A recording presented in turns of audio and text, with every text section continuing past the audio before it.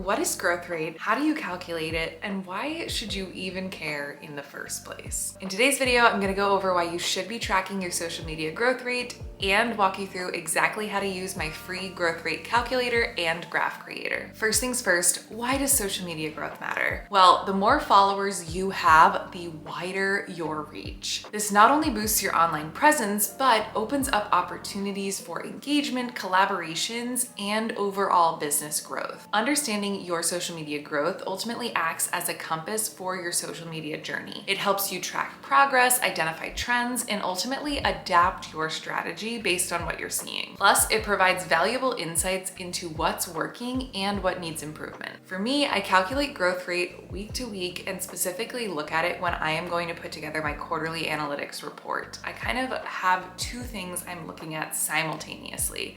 I'm looking at notable additions or changes we made to our strategy and tactics over the quarter, and I'm pulling up the growth rate graph.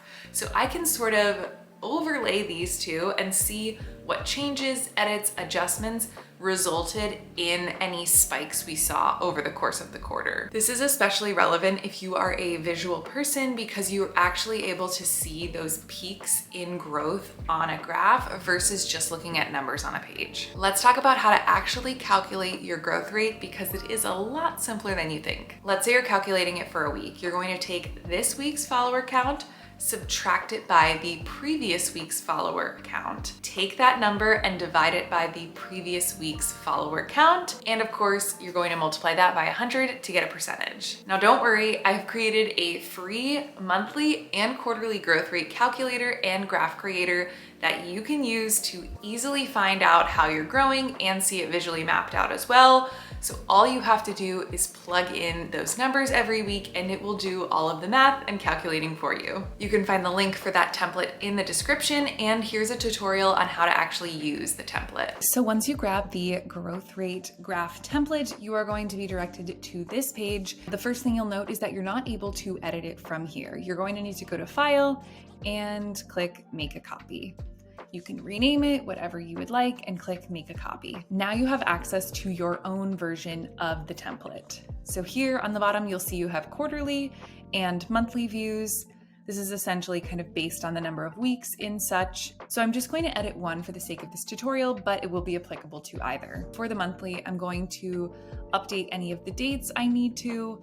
I will add in my follower count here, and you'll notice that the growth rate column will update itself automatically, but you do need to make this one swap. When you click on the cell D2, you're going to manually need to adjust this number, which is the second one in the equation. And what you need to add here is the follower count for the previous week.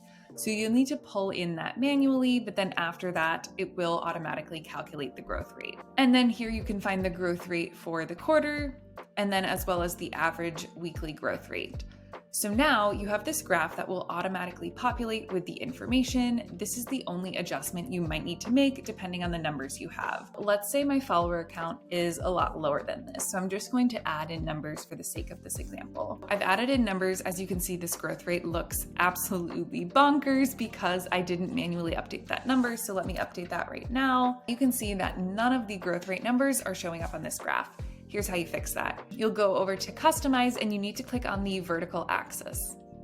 So here I need to make my minimum and maximum numbers align with the numbers I have here. So I might choose my minimum to be 650 and then maybe I make my max 750. So now you can see that you're actually able to see your growth rate on the graph. From here, I'll grab any numbers I need, like the growth rate for the quarter or the average weekly growth rate, and then I often take a screenshot of the graph and bring it into any sort of reporting I utilize. Hopefully you found both the tutorial and template helpful and took a little bit of the pressure off figuring out how to calculate your growth rate week to week, but it's important to remember that growth rate is not just a number. It is a valuable metric that empowers you to make informed decisions, refine your strategies, and ultimately help you achieve your social media goals. If you like this video, be sure to subscribe and hit the bell icon so you don't miss another video. You can also grab the growth rate calculator and graph creator in the description below. And let's connect on Instagram and TikTok. This is my handle, and I'll see you in the next video.